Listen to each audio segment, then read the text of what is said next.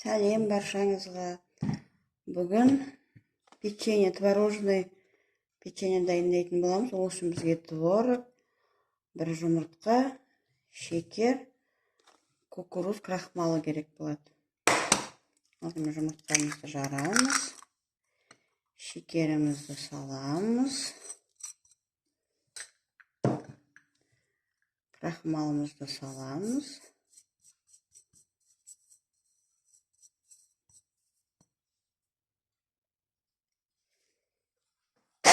Енді блендермен еземіз.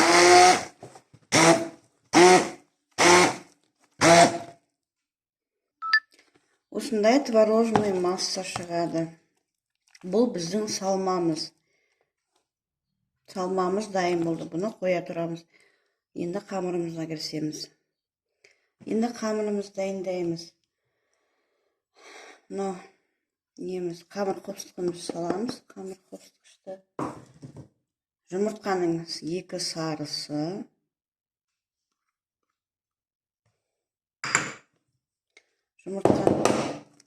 Bir жұмыртқа өзіне саламыз.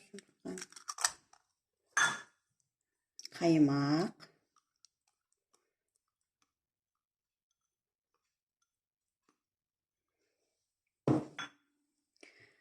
Май саламыз. Бөлме температурасындағы май. Осылардың бәрінен қамыр илейміз. Енді осы дайын болған қамырымызды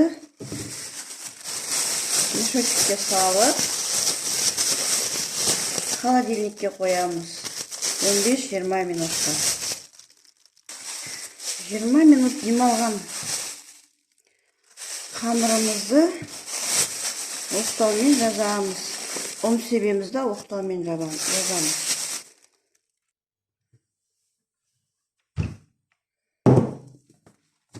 Оны көп қатты сеппейміз. Жазып болған қамырымызды осындай дөңгелетіп кесеміз.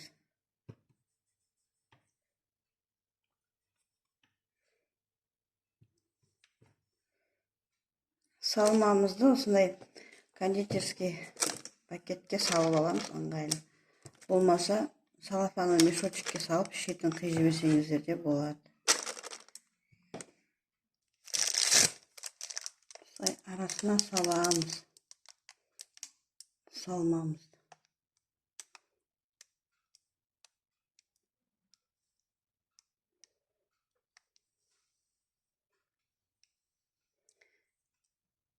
Енді жабыстырамыз.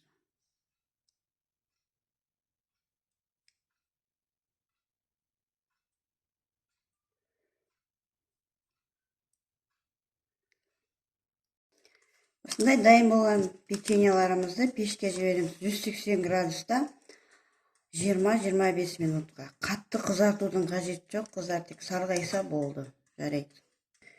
Қыздар, дайын болған печеньеларымызды сахарный пудраға аунатамыз, жақсылап тұрып. Жапқан кезде қатты қысыңдар, әйтпесе ашып кетуі мүмкін. Кішкене ашылғысы келген екен. Қатты қызартудың қажеті жоқ, қыздар. Сосын қамырын илеген жазған кезде оқтаумен етке нан илейсіздер, сондай қылып жұқа қылып жазу керексіздер. Өте дәмді болады. Осылай бәрін аунатып шығамыз. Печеньеміз дайын болды. Ұнаса лайк басып, комментарий қалдырыңыздар. Жазылмасаңыздар, менің арнама жазылыңыздар. Келесі кездескенше қош сау болыңыздар. Сіздермен болған Эльмира.